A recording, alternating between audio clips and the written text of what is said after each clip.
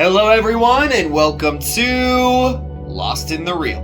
Today I will be going over the new limited series based on the Vertigo and DC comic books, DMZ. Does this post-apocalyptic show bring the action and thrills? And how does this 4-episode length affect the show's quality? Let's talk about it.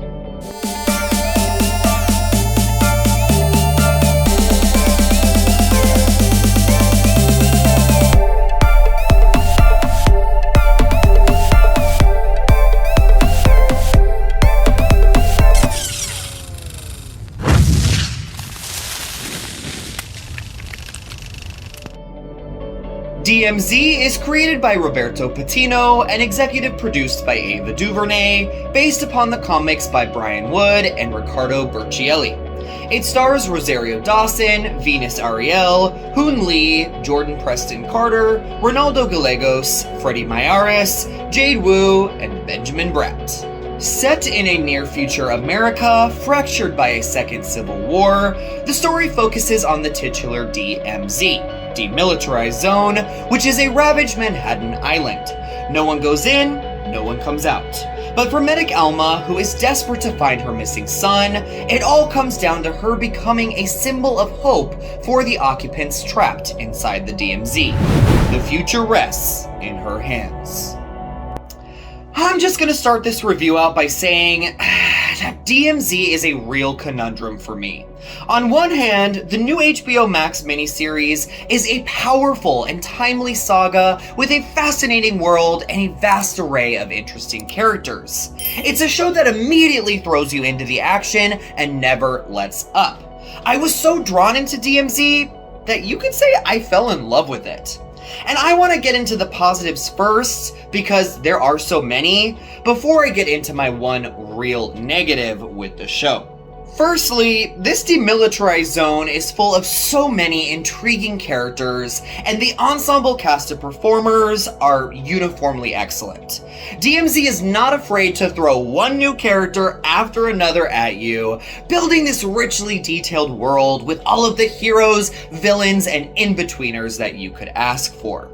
The real standouts in the supporting cast are Freddie Mayaris as Skell, a mysterious vigilante who is scouring the DMZ for gold, and Hoon Lee as Wilson, an old friend of Dawson's Alma, who has risen through the ranks of the political world through possibly nefarious ways.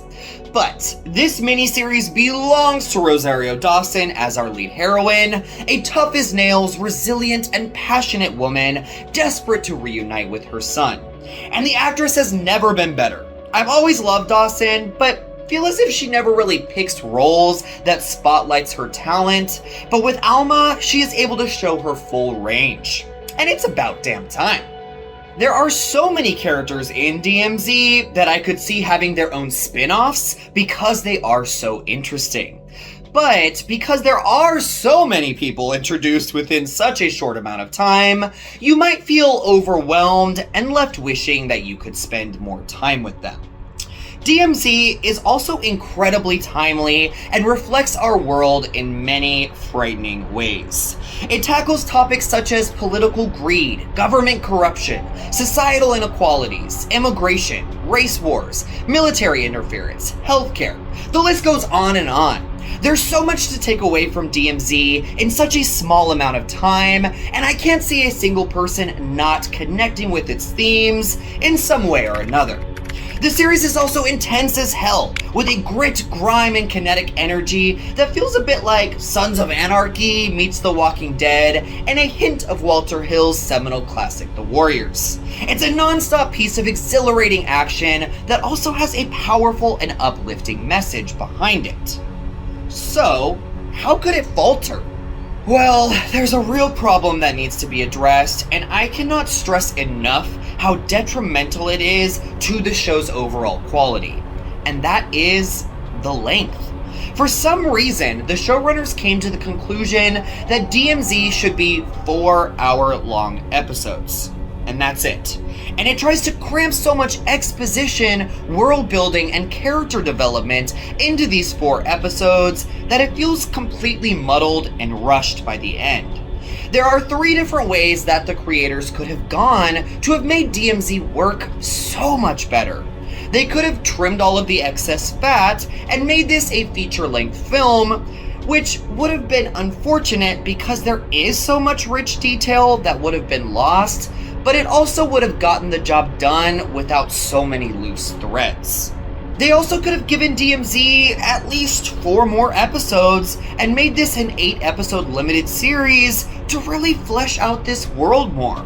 I mean, we've gotten a barrage of true crime miniseries as of late that are that length that probably would have benefited from being cut down, and then we get this show that really needed that extra length to develop itself more. And lastly, which is my favorite option, DMZ really should have been the start of a multi-year long-form series. There's enough content there. The comics this is based off of have 72 issues to mine material from. Which leads me to my biggest question of all. Why limit this series' potential by making it so short? So even though I fell in love with DMZ, with its post-apocalyptic world and eclectic cast of characters within it, there's a deep feeling of frustration that comes with it as well. The series does come to a satisfying enough conclusion, but you can't help but feel a bit cheated from being limited to these 4 episodes. DMZ ends up being a piece of entertainment that had the potential to be something truly great, that could have left a real impact, and what we are left with is indeed a wonderful show, but one that will probably end up being forgotten in no time. I hope that HBO Max and WB get the hint and decide to miraculously continue what they started with a season 2, but I feel like that's a real long shot. In the meantime of me leaning on false hope, I will definitely be checking out the comic books to get my fully realized DMZ experience. So I will be giving DMZ 3.25 Batman costumes out of 5. This series has an incredibly rich world with timely resonant themes and a vast cast of intriguing characters. But with a mere 4 episodes to tell its story, DMZ ends up feeling overstuffed and half-baked. However, there is enough here to recommend a viewing, just be prepared to be frustrated at the end. Thank you so much for watching Lost in the Reel. What are your thoughts on DMZ? Do you think this miniseries was really let down by its length? Or do you think the 4 episodes were enough to make this story feel complete? And if you've read the comics, how does this compare? Sound off in the comment section down below. And until next time, my friends, take care.